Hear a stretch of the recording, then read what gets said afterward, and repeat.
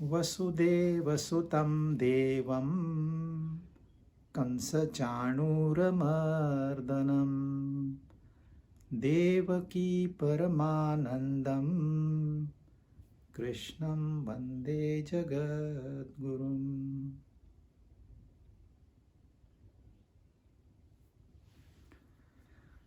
पांचवा अध्याय हमने 16 श्लोक पूरे किए थे।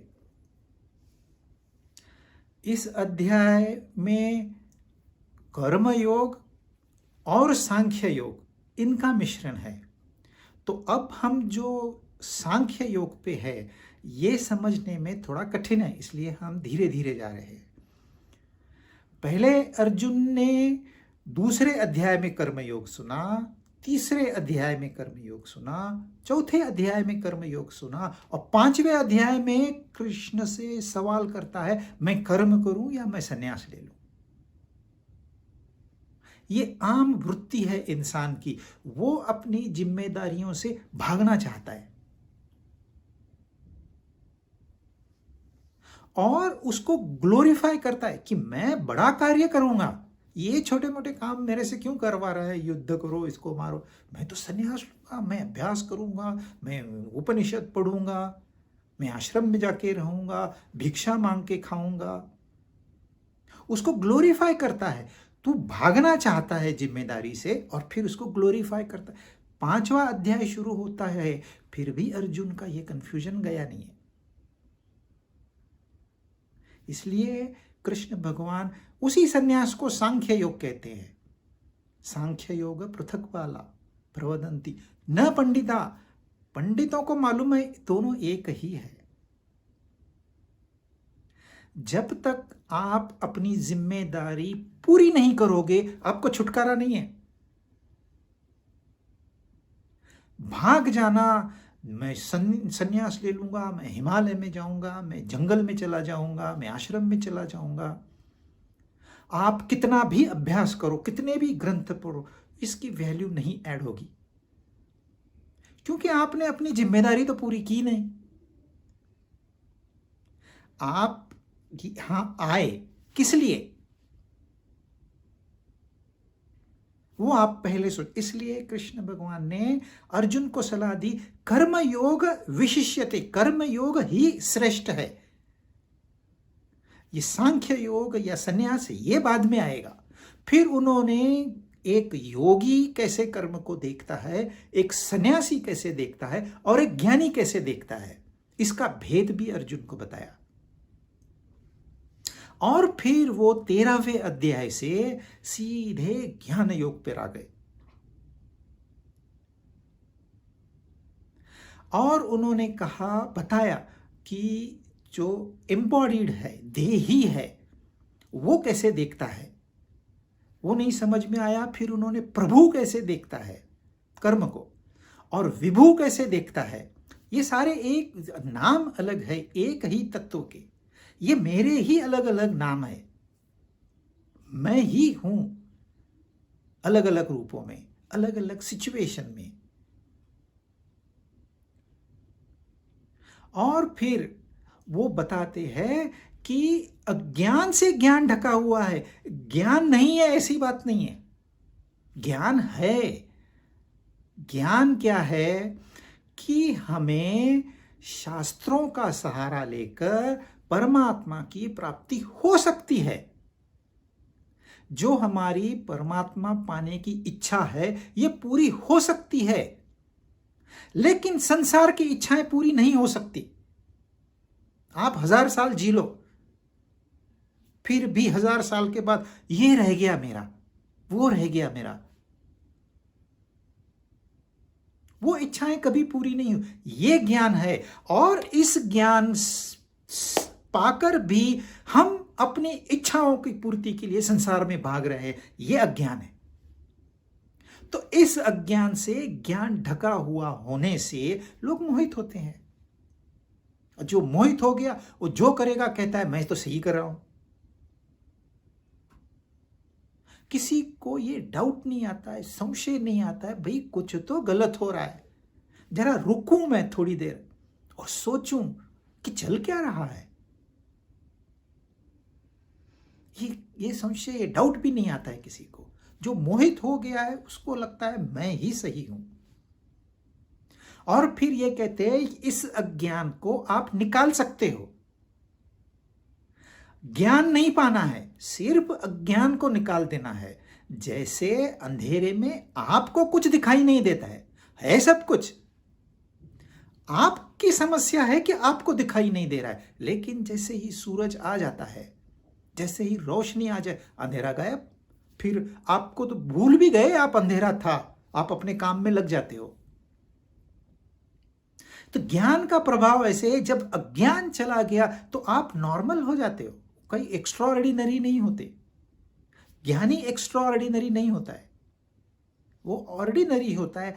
जैसे नेचर है वैसे ही वो रहेगा। जो करना है वो करेगा, और जो नहीं करना है वो नहीं करेगा। तो चीजें आपको रात को अंधेरे में नहीं दिखाई दे रही थी, अब दिखाई दे रही है। क्या सूरज ने वो चीज लाके रखी? नहीं। आप अंधेरे में हो, अब रोशनी में हो, ये फर्क हो गया।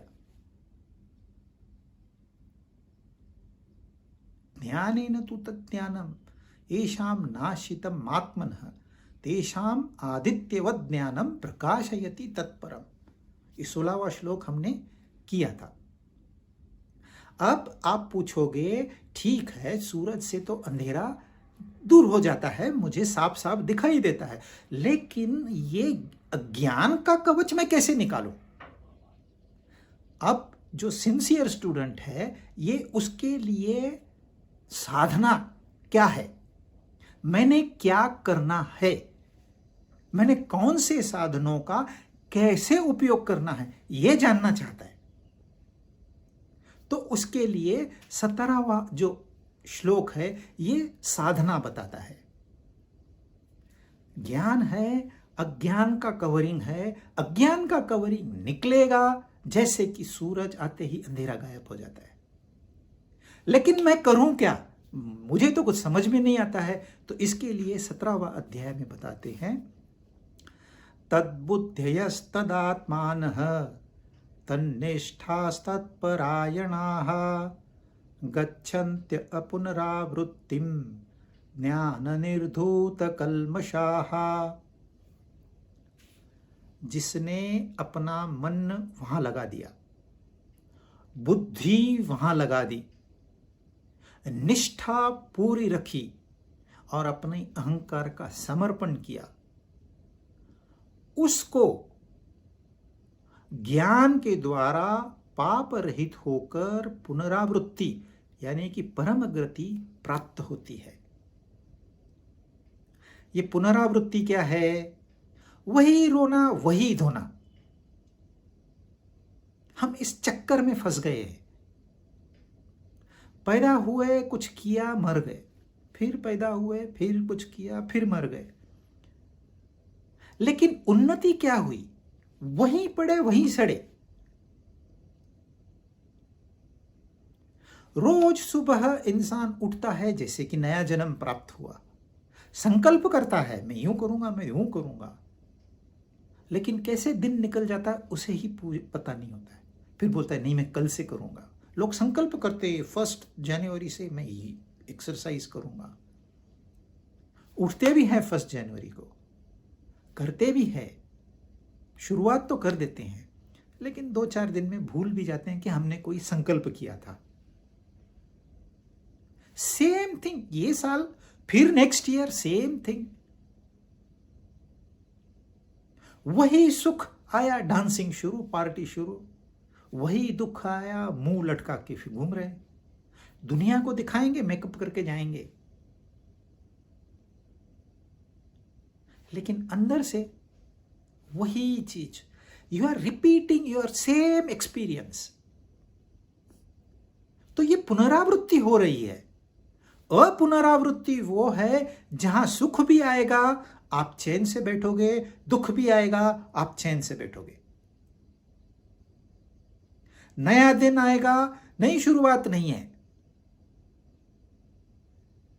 वो सिर्फ आपका कर्तव्य कर्म है। कर्तव्य कर्म किया, आप छूट गए, मुक्त हो गए। 4 घंटे में आपने काम खत्म कर दिया, you are free, do anything. Free इंसान जो है, जो मुक्त है, उसे कोई बंधन नहीं है, तो वो किस झंझट में फंसता ही नहीं है। लेकिन मुक्त वो है जो अपना कर्तव्य पूरा करता है। कर्तव्य पेंडिंग है और आप फ्री के जैसे घूम रहे हो, तो आप और किसी को नहीं, अपने आप को चीटिंग कर रहे हो।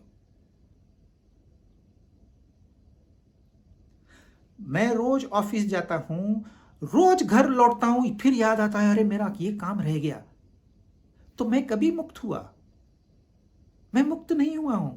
इसलिए मैंने एक लिस्ट बना दी, मुझे ये काम आज करने हैं।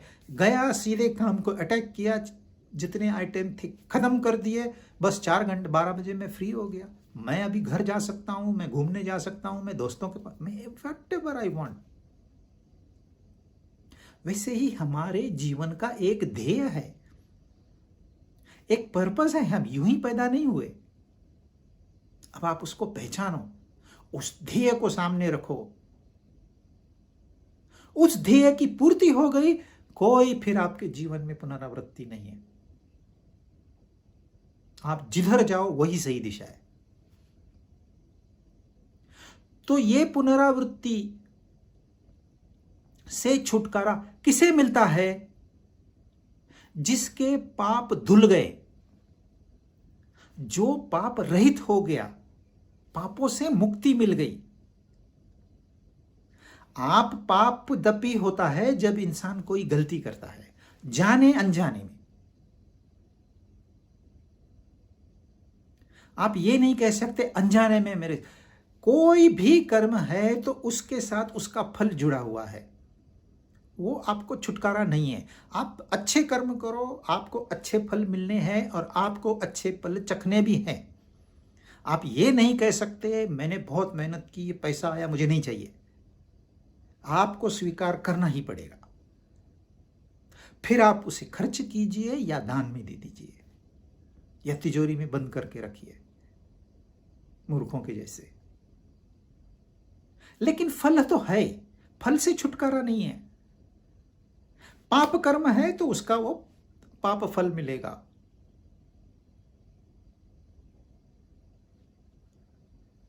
लेकिन आपने कर्म ही नहीं किया तो आपका फल है कहां? इसका मतलब मैं खाली सो के रहूं? नहीं, आपने वो सब करना है जो आपने करना था। लेकिन मैं कर रहा हूं, इस भावना का त्याग कर दिया जिसने, और ये उसका हुक्म चल रहा है। उसने कहा मुझे ऑफिस जा, मैं ऑफिस गया।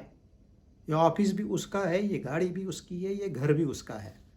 इसमें मैं कहां आया? जब सारा चीज उस पे छोड़ दिया तो मैं कहां है? जब मैं नहीं तो मैं करता हूं, ये भावना कहां है? जब मैं करता हूं यही नहीं है तो मेरा कर्म फल कहां है? सारे पापों से विमुक्त। लेकिन साधना क्या है उसके लिए? साधना है मन को वहां लगा दो। अब आपका मन यहां वहां भटक रहा है, उसको सिमरन में लगा दो। सेवा, सिमरन और सत्संग। सेवा तो उन्होंने चैप्टर 2 से बताई है। अब यहां बता रहे हैं सिमरन और सत्संग का महत्व। जब हम मन को एंगेज कर लेते हैं परमात्मा में, तो फिर उसमें दूसरे विचार नहीं आएंगे, फिर मन भटकेगा नहीं। जो भक्ति करते हैं उन्हें उस समय थोड़ी शांति मिलती है, लेकिन जैसे ही बाहर आ गए शांति गायब। तो मन से पहले साधना करनी है।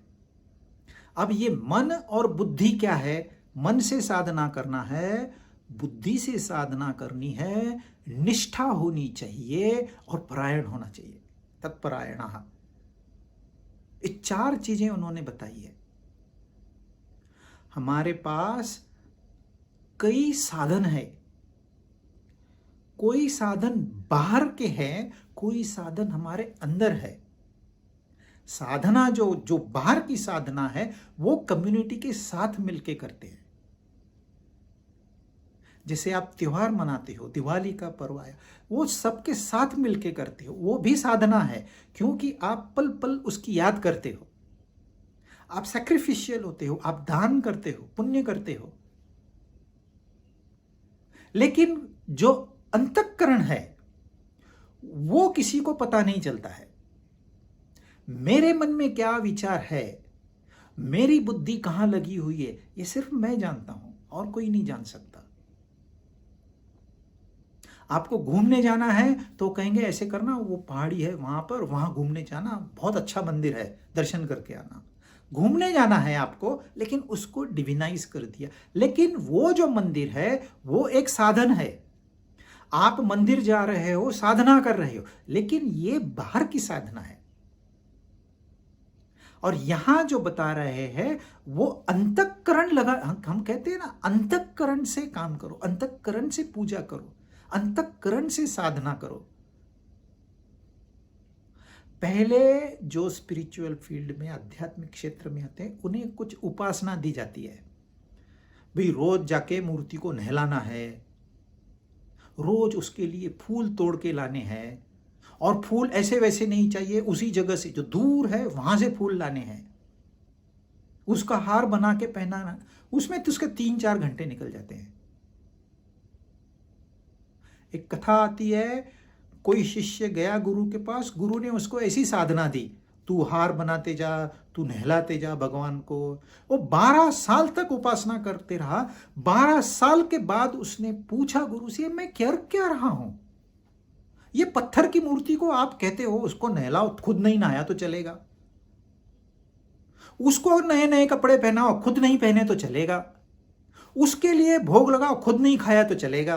ये मैं कर क्या रहा हूं? पत्थर के लिए मैं जी रहा हूं। फिर बोलते कल से तू सत्संग में आना तो तुझे सारे जवाब मिल जाए।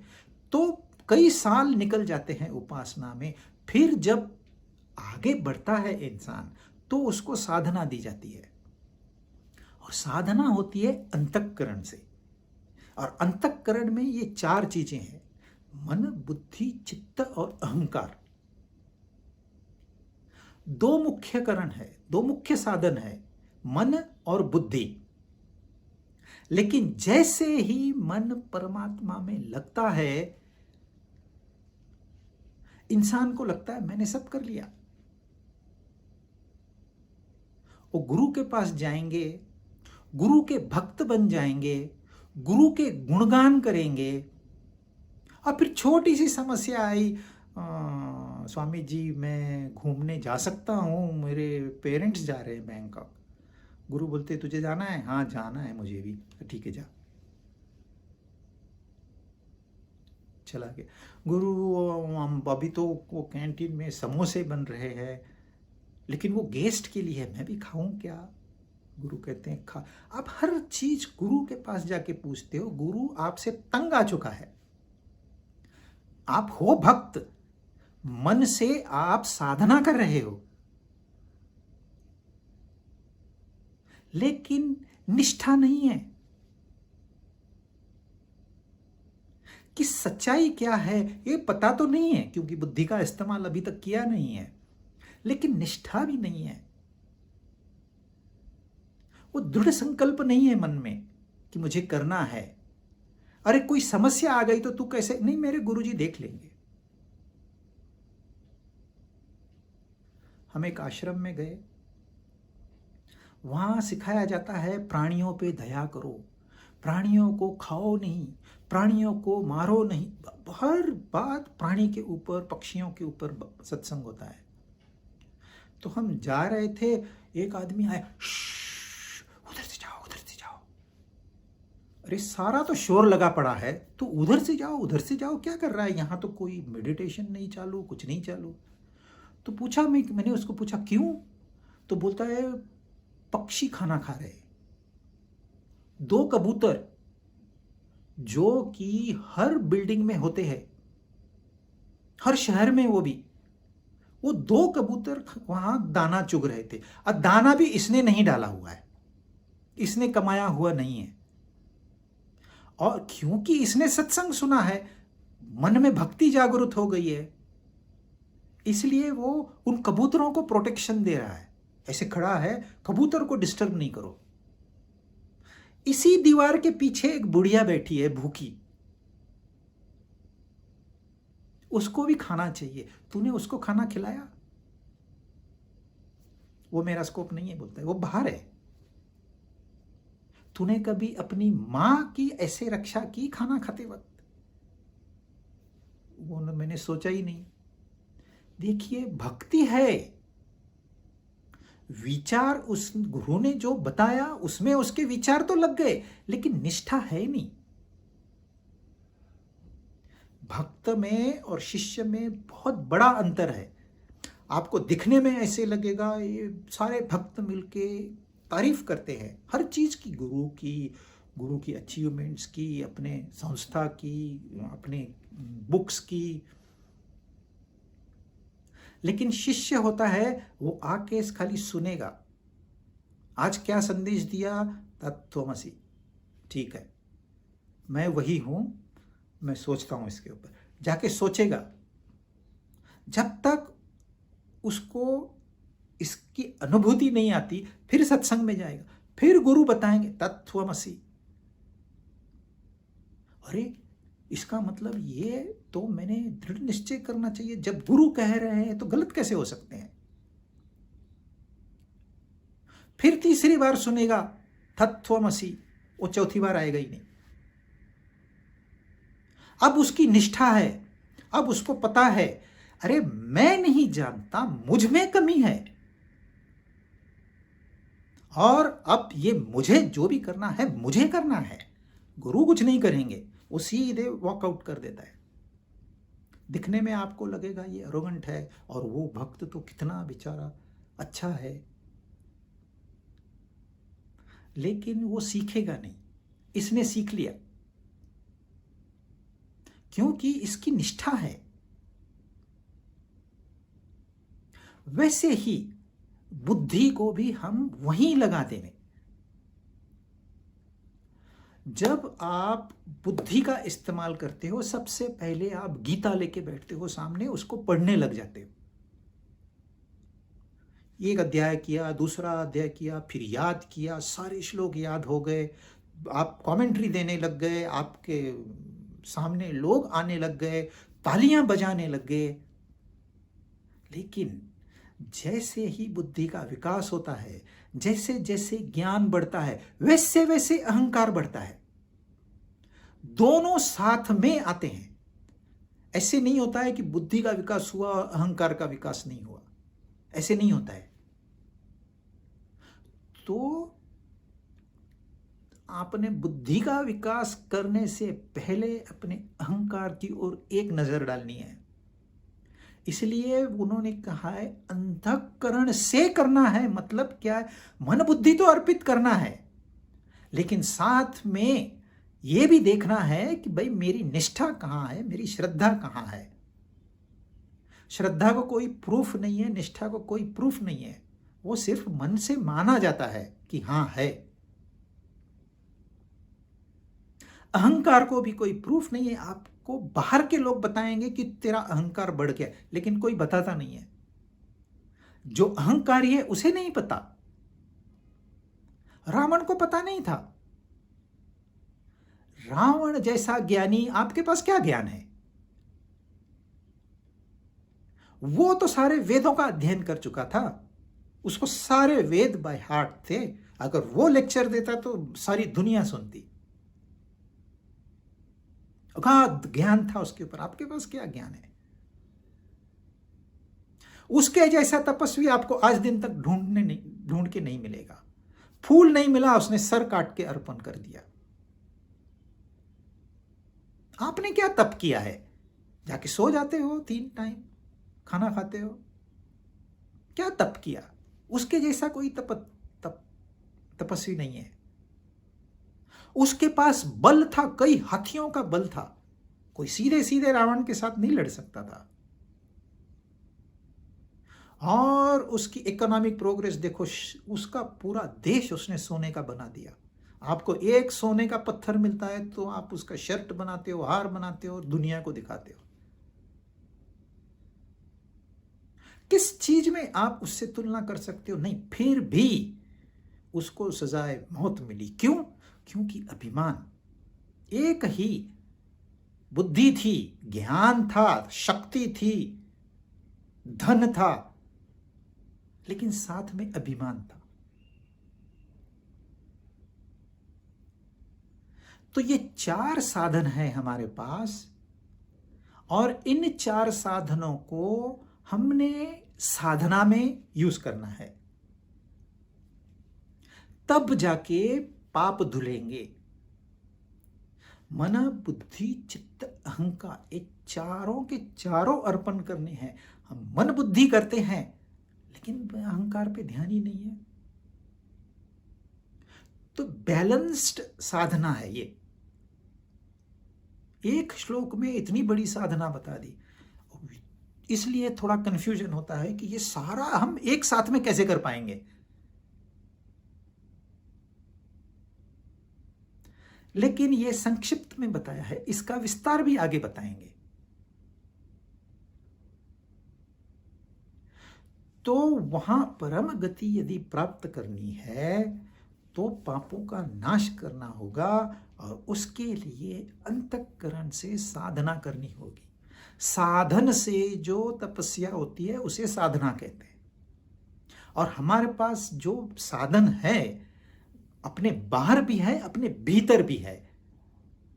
और भीतर वाले जब हम साधन यूज करते हैं तो उसको साधना कहते हैं। तो साधना और उपासना में थोड़ा किंचित फर्क है, लेकिन ध्येय इंसान का वही है, वो नहीं बदलता। अच्छा, कैसा पता चले कि हम साधना मार्ग पे तो है, सही जा रहे कि गलत जा रहे? इसके लिए फिर वो 18वां श्लोक यूज करते हैं। विद्या विनय संपन्ने ब्राह्मणे गविहस्तिने शुनि चैव श्वपाके च पंडिता समदर्शिनः। ज्ञानी महापुरुष विद्या विनय युक्त ब्राह्मण में और चांडाल में तथा गाय हाथी कुत्ते में भी समरूप परमात्मा को देखने वाले होते हैं। वो एक चांडाल है, एक ब्राह्मण है, और वो भी ब्राह्मण कैसा है? विद्या विनय संपन्न। मतलब मनुष्य की रेस में सबसे ऊंचा स्थान है, और इस चांडाल का मनुष्य के रूप में सबसे निचला स्थान है। लेकिन जो ज्ञानी पुरुष है, जो पंडित है, वो इनको समान रूप से देखता है। अब ये समान रूप क्या होता है? मैं गाय को भी प्यार करूं, मैं कुत्ते को भी प्यार करूं, मैं हाथी को भी प्यार करूं, और समान रूप से करूं, तो मैं इसका इस्तेमाल कैसे करूं? क्या मैं हाथी पे सवारी कर सकता हूं? क्या मैं गाय पे भी सवारी कर सकता हूं? क्या मैं कुत्ते के पे भी सवारी कर सकता हूं? इंसान क्या करता है? इस संसार में एक छोटी सी जगह ढूंढ लेता है, अपने आप को वहां रख देता है, और फिर अहंता निर्माण करता है। मैं हूं यहां पर, और ये मेरा है, यह स्थान मेरा है। तो मैं हो गया अहंता, मेरा हो गया ममता। और ये मैं और मेरे के चक्कर में, अहंता और ममता के चक्कर में समता कभी नजर ही नहीं आती। आपको ममता और समता एक ही साथ नहीं मिलेगी।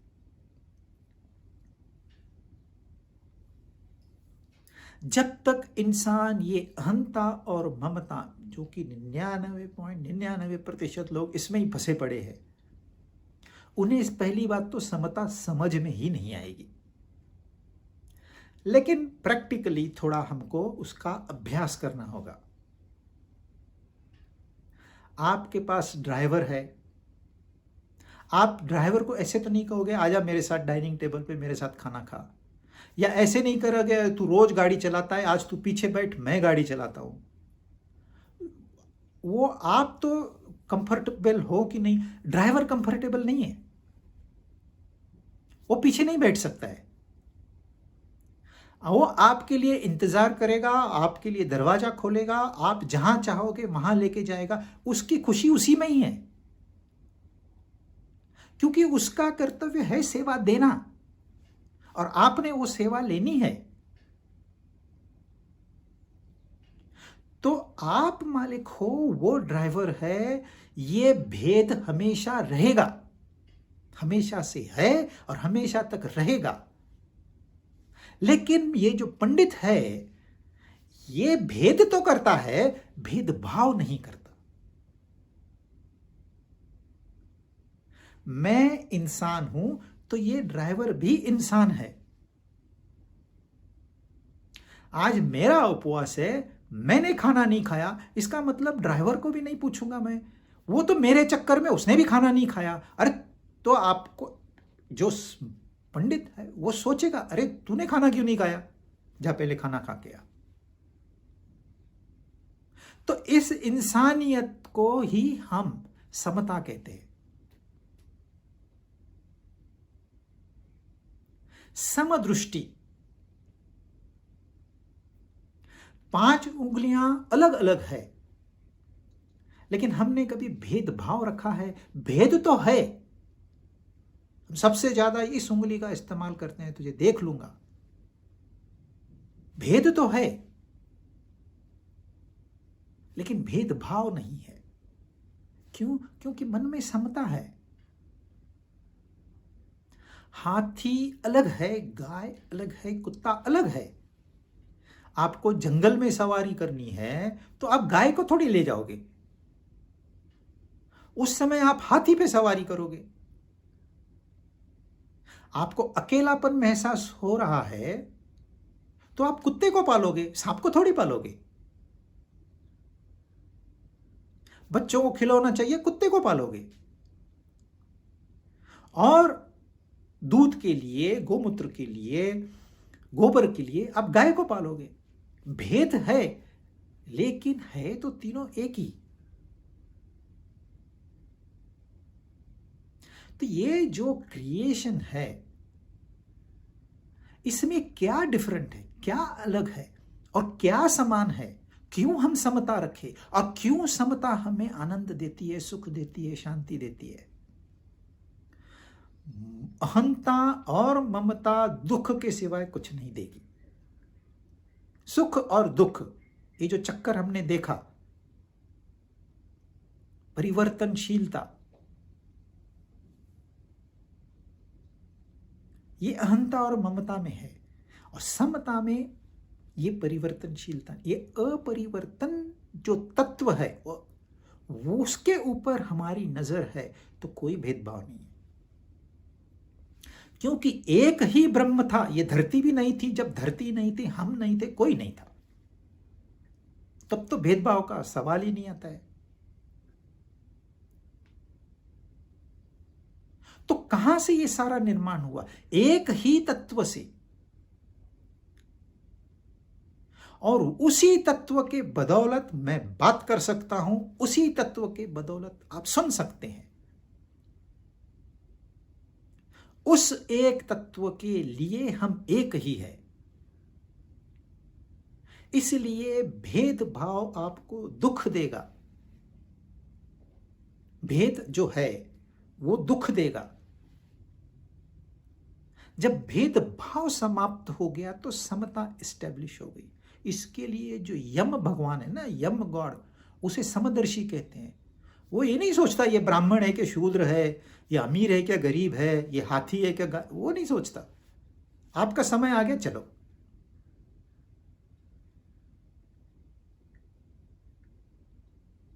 इस सारी समस्या ये भेदभाव की वजह से है, भेद की वजह से नहीं है। कितना फर्क है हमारे स्किन कलर में, देखा जाए तो बहुत ज्यादा है ही नहीं, या आपने उसके ऊपर सोचना भी नहीं है। लेकिन इस चमड़ी के रंग को लेके कितनी समस्याएं हैं। क्या फर्क है इन अलग अलग धर्मों में? आप जरा सारा धर्मों का अध्ययन करके देखिए, सारे तो आपको ऊपर की राह देखते हैं कि उन्नत हो जाओ, उन्नत हो जाओ, उन्नत हो जाओ। अब भाषा अलग है, तरीका अलग है, फिर भी भेदभाव हमारे मन में है। वहां नहीं है, जहां आप देख रहे हो वहां भेद नहीं है। गाय में भी वही तत्व है, हाथी में भी वही तत्व है, कुत्ते में भी वही तत्व है। जो हाथी जैसा खाली खाता है, सोता है, वह इंसान में भी वही है। जो कुत्ते के जैसे दौड़ता और भौंकता रहता है, उसमें भी तत्व वही है। जो गाय के जैसे खाली सुशीलपना, जो सात्विकनेस है, जो देने की प्रक्रिया है, दूध देगी, गौमूत्र देगी, गोबर देगी, सिर्फ देते रहती है, लेकिन तत्व वही है।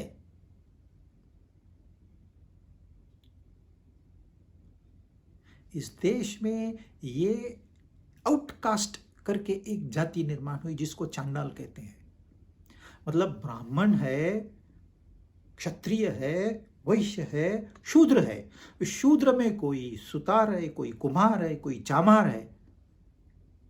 लेकिन ये जो है श्वपा के, इसकी कोई जाति नहीं है, तो इसको आउटकास्ट कहते हैं। आउटकास्ट किसी को ये कहना महापाप है, और उसी की वजह से इस देश में इतनी समस्या, 1000 साल की गुलामी हो गई, ये एक गलती की वजह से। अब है क्या भेद, क्या है ब्राह्मण में और शूद्र में, क्या फर्क है?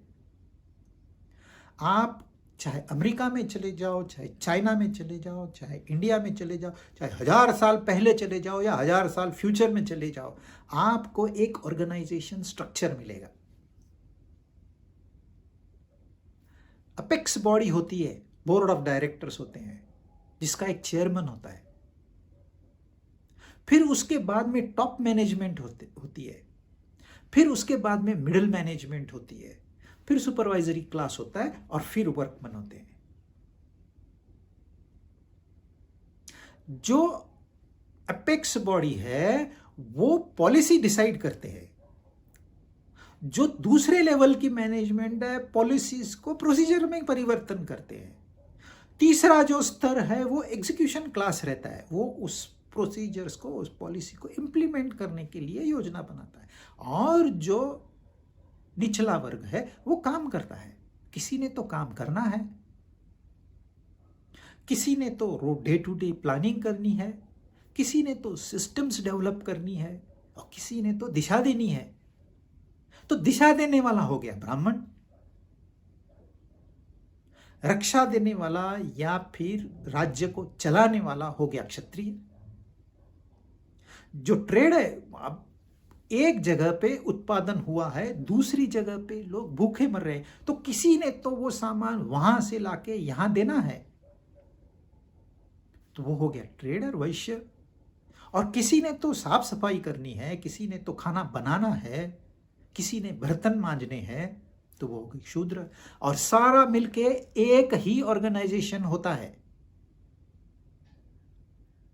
यदि आपको एक ऑर्गेनाइजेशन दिखाई देता है तो आप समत्व में विश्वास रखते हो, और ये समत्व ही योग है। समत्वम योग उच्यते, यही योग है। हमारे शरीर में अगर हम ये पूरा सर देखें तो इसमें एक बहुत महत्वपूर्ण साधन है, उसको कहते हैं बुद्धि। बुद्धि क्या करती है, क्या जरूरत है उसकी? फिर है ये बाहु, फिर है ये पेट, और फिर है ये पैर। तो ब्राह्मण, क्षत्रिय, वैश्य और शूद्र। अब आप कहोगे ये शूद्र बहुत शूद्र होते हैं, हम तो श्रेष्ठ है। आप काट दो पैर।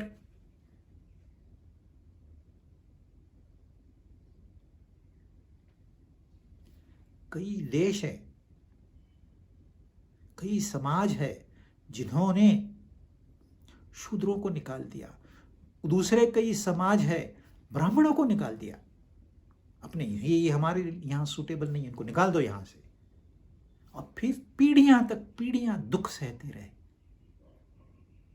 नहीं, ये सब मिलके हम एक है। जितना महत्व बुद्धि का है, पैरों का भी है। फंक्शन अलग अलग है, काम अलग अलग है। क्यों? नहीं तो आसानी नहीं होगी, हम मुश्किल में पड़ जाएंगे।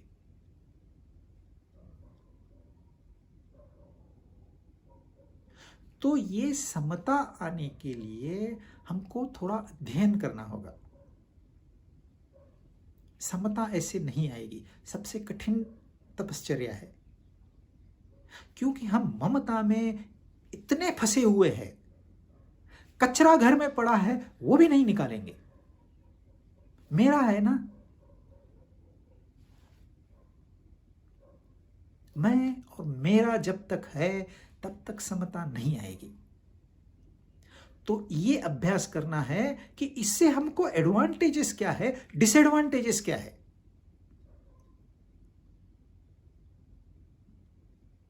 हमको क्या चाहिए, हमारा ध्येय क्या है, क्या उसमें ये सहायक है? यदि सहायक है तो आप जरूर उनका प्रयोग करिए। यदि आपके उद्देश्य के लिए वो सहायक नहीं है, निकाल के फेंक दीजिए। और एक बार ये समता और अहंता और ममता आपकी समझ में आ गई, भेद रहेगा, भेद नहीं मिटेगा। पैर पैर का ही काम करेंगे, हाथ हाथ का ही काम करेंगे, वो नहीं मिटने वाला। लेकिन जो भेदभाव है वो मिट जाएगा। हमारा नजरिया बदल जाएगा। जब नजरिया बदल जाएगा, सारा संसार बदल जाएगा। जो संसार दुख देता है वही संसार आनंद देने लगेगा, क्योंकि संसार में न दुख है न सुख है। संसार न्यूट्रल है, ग्रॉस। वो कैसे आपको सुखी या दुखी कर सकता है? उसमें कोई शक्ति ही नहीं है। आप संसार को इफेक्ट कर सकते हो। You are the creator, you are the boss. ये संसार आपके लिए आपने पैदा किया है, और वो आप कह रहे हो मुझे तकलीफ दे रहा है। तो आपने बनाया क्यों? नहीं नहीं, मैंने नहीं बनाया। जरा सोचना पड़ेगा, किसने बनाया? किसने कहा आपको शादी करो? किसने कहा बच्चे पैदा करो? तो हर इंसान अपनी दुनिया खुद बनाता है और फिर उसमें उलझ जाता है। इसका मतलब दुनिया नहीं बनानी, दुनिया खराब है, ये मतलब नहीं है उसका। दुनिया आपने जरूर बनानी है, क्योंकि सारा क्रिएशन इस परमात्मा को एक नहीं दो चाहिए थे। जब परमात्मा ने चाहा कि दो चाहिए, एक ब्रह्मचारी था, वो कहता था भगवान से मैं श्रेष्ठ हूं, परमात्मा से मैं श्रेष्ठ हूं, क्योंकि कुछ पैदा करने की इच्छा उसको हुई, मुझे नहीं हुई, मैंने शादी नहीं की।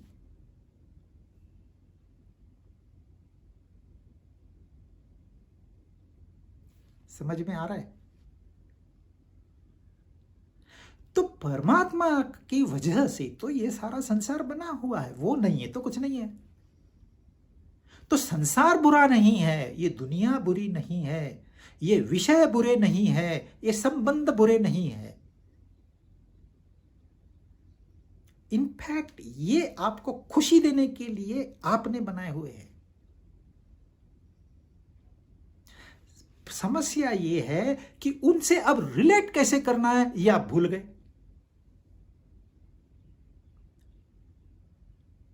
जिस आत्मा में कुछ नहीं था, उसी आत्मा से तो ये निर्माण हुआ। बुद्धि, एक विचार निर्माण किया पहले उसने, बुद्धि निर्माण की, बुद्धि से मन निर्माण हुआ। पहले परमात्मा था, परमात्मा से जीवात्मा हो गया, जीवात्मा ने बुद्धि पैदा की, बुद्धि अविद्या के साथ आ गई, फिर अविद्या का पुत्र था मोह, उसके साथ उसने शादी कर ली और उससे मन पैदा हुआ। फिर मन ने कल्पना से शादी की और 5 उसके बेटे तैयार हुए, 5 इंद्रियां। फिर दूसरी शादी की, उससे ये काम और क्रोध पैदा किए उसने, और ये सारे झंझाल में वो फंस गया। भूल गया मैं आया कहां से। जो इंसान मेमोरी खो देता है उसकी क्या दशा होगी। हमने मेमोरी अपनी खो दी है। हम आए कहां से वही भूल गए। आप ट्रेकिंग के लिए गए हो, रास्ता भूल गए, जंगल में चक्कर काटते रहोगे जब तक कि आपको रास्ता बताने वाला गुरु नहीं मिलता। आप तब तक चक्कर काटते रहोगे। और जैसे ही कोई एक छोटा गाय भैंसे चराने वाला लड़का मिल जाए, आप उसको पूछोगे, वो खाली इशारा करेगा, ऐसे जाओ, इशारा करेगा, आप दौड़ पड़ोगे। अरे ये छोटा बच्चा सही है क्या गलत है? 100% सही है, आपको पूरा विश्वास, क्योंकि आपकी जरूरत है, आपको मुक्ति चाहिए इस झंझट से। तो गुरु का काम है सिर्फ हाथ बताना, इधर से इधर जा, खत्म। फिर आपको जरूरत है, आप तो एंजॉय कर रहे हो, बुद्धि अच्छी है, फिर वो अविद्या अच्छी है, मेरी बीवी है, वो मोह मेरा बेटा है। आप इस झंझटों में फंस गए हो। तो आपको जब तक ये पता नहीं है कि इसमें से मुझे बाहर निकलना है, तब तक सारा ज्ञान व्यर्थ है।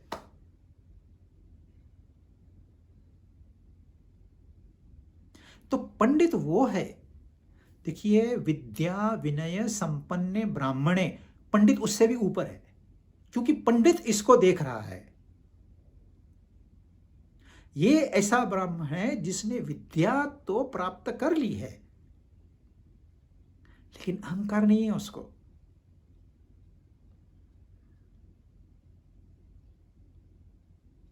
तो समता कैसे आएगी? खाली विद्या विनय से भी नहीं आएगी। आप उच्च कोटि के इंसान बन सकोगे, लेकिन छुटकारा अभी भी नहीं है।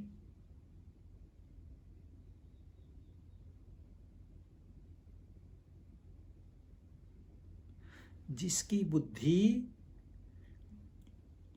विवेक में जागृत हो चुकी है, सत्य क्या है, असत क्या है, यह भेद वो कर सकती है, उसको कहते हैं पंडित। ये भेद करने का जो विवेक है उसको कहते हैं पंडा, और ये विवेक शक्ति जिसके पास है वो है पंडित। यदि विवेक नहीं है तो सारा ज्ञान व्यर्थ है। और यदि यह विवेक जागृत हो गया, आप मुक्त हो उसी समय। जब आपको यह पता चल गया कि राइट में जाना है कि लेफ्ट में जाना है, जब तक आपको पता नहीं है आप वहीं रुके रहोगे, वही रोना वही धोना रोज। पर आपको एक बार पता चल गया मुझे किस दिशा में जाना है, आप एकदम स्पीड से चले जाओगे, भले धीरे जाओ, सही दिशा तो मिल गई। तो सारा कंफ्यूजन समाप्त, सारा मोह समाप्त।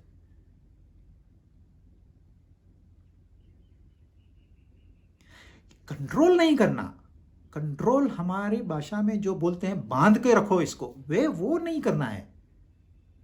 उसको संस्कार देने हैं, उसको दिशा देनी है, इसके लिए ध्येय रखना है। तो विद्या विनय संपन्ने ब्राह्मणे गवि हस्तिनी शुनि चैव श्वपाके च पंडिता समदर्शिनः। तो ये हो गया उसका परिणाम, किसका? जो हमने साधना की है। कौन सी साधना की है? पूरा अंतःकरण लगा दिया है, मन बुद्धि चित्त अहंकार चारों अर्पण कर दिए। किसके लिए अर्पण किए? उस ध्येय के वास्ते। मन को क्या चाहिए? मुझे ये ध्येय है, मुझे ये ध्येय पूर्ति के लिए विचार करना है। बुद्धि क्या है? यह मेरा ध्येय है, निष्ठा मेरी उस ध्येय में है। अहंकार मेरा जागृत होता है, मैं उसको बोलता हूं वो ध्येय है, तुझे उठना है तो उठ, वो भाग जाएगा। इस साधना का ये परिणाम। वो साधना क्यों करनी है? क्योंकि हम ज्ञान से अज्ञान को ढक के बैठे हैं। हाँ, ज्ञान हमारे पास ओरिजिनल है, अज्ञान हमने बनाया है।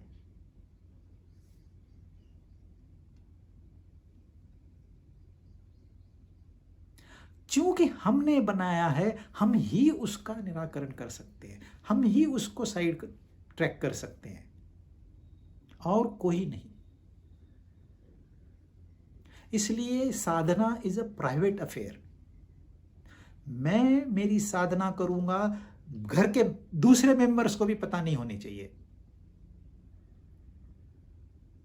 जो बाहर वाली साधना है वो साथ में मिलके करते हैं, वो प्राइवेट नहीं है। लेकिन जो अंतःकरण से साधना होती है वह बिल्कुल अकेले में करनी है।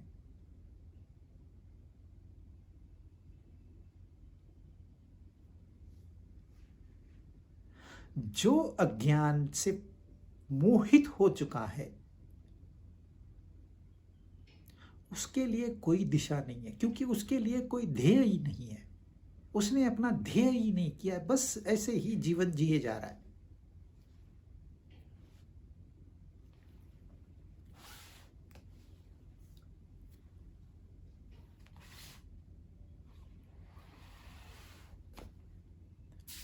उन्नीस इव इहैव तैर्जितः सर्गः येषां साम्ये स्थितं मनः निर्दोषं हि समं ब्रह्म तस्मात् ब्रह्मणि ते स्थिताः। जिनका अंतःकरण समाप्त में स्थित है, ये आपने समझ लिया। उन्होंने इस जीवित अवस्था में ही संपूर्ण संसार को जीत लिया है। जिनका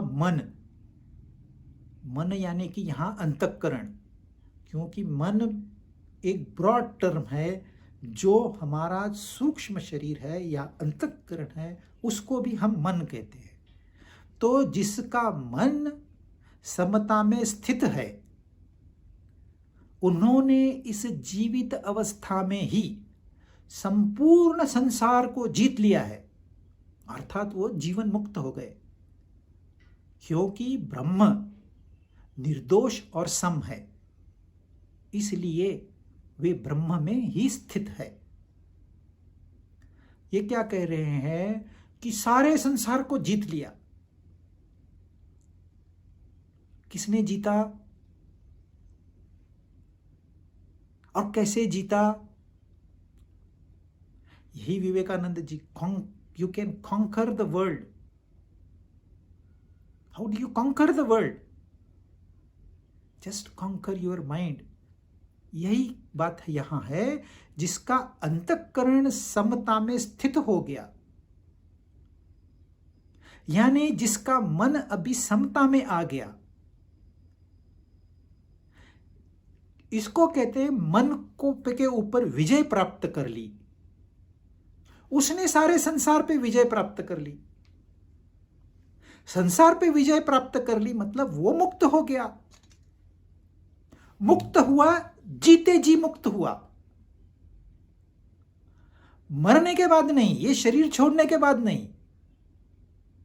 ये शरीर है, ये संसार है, सारे रिश्ते नाते हैं, सारी वस्तु सब वहीं पर है, कुछ गया नहीं है, कुछ आया नहीं है।